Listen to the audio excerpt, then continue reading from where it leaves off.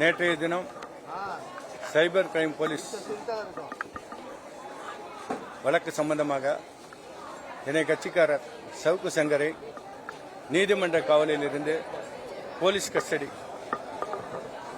கஸ்டடிக்கு மாலை 4 மணி அளவில் assistant SP ADSP custody எடுத்துட்டு போனாங்க. அவங்கள ராம்ஜி நகர் காவல் நிலையத்தில் வச்சு விசாரிச்சாங்க.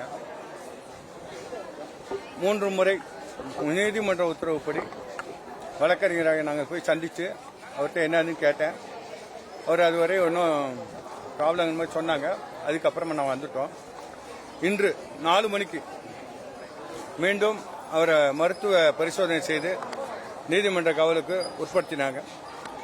நீதிமன்ற காவலுக்கு வரும்போது அவருக்கு எதுவும் உடல் ரீதியாகவோ மன ரீதியாகவோ எதுவும் போலீசாரால் துன்புறுத்தப்பட்டதா என கேட்டாங்க. ஜட்ஜி கேட்டதுக்கு அவர் அந்த மாதிரி எதுவும் இல்லைன்னு பதில் சொல்லிட்டாங்க.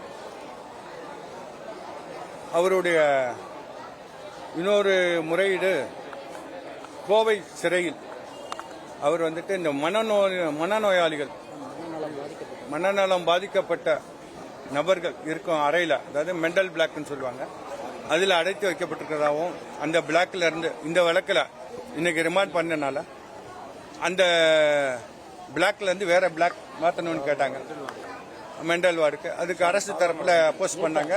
இறுதியா அவங்க கன்சிடர் பண்ணி இவரோட கோரிக்கை ஏற்று கோவை சிறை கண்காணிப்பாளருக்கு பரிந்துரை பண்ணியிருக்காங்க. இந்த மாதிரி ஒரு கம்ப்ளைண்ட் இருக்கு, அவரை நார்மல் வார்டுக்கு மாற்றணும் அப்படிங்கிற மாதிரி பண்றதா சொல்லியிருந்தாங்க.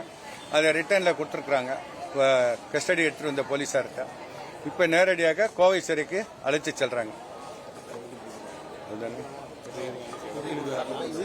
இந்த இன்றைய தினம் கஸ்டடி முடிஞ்சனால இந்த வழக்கு சம்பந்தமா குற்ற எண் 21/2022 இன்றைக்கு அவருக்கு பிணை தாக்கல் பண்ணிருக்கோம். பெயில் பெட்டிஷன் ஃபைல் பண்ணியிருக்கோம்.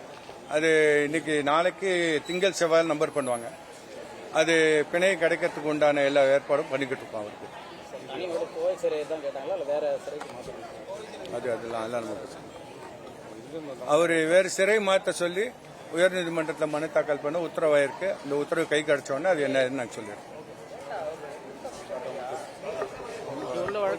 பெயில் அப்ளை பண்ணிட்டோம். இன்னைக்கு அப்ளை பண்ணிருக்கோம். நல்ல கிரவுண்டோட அப்ளை பண்ணிருக்கோம். பெயில் கிடைக்குன்னு நம்புறோம். நன்றி.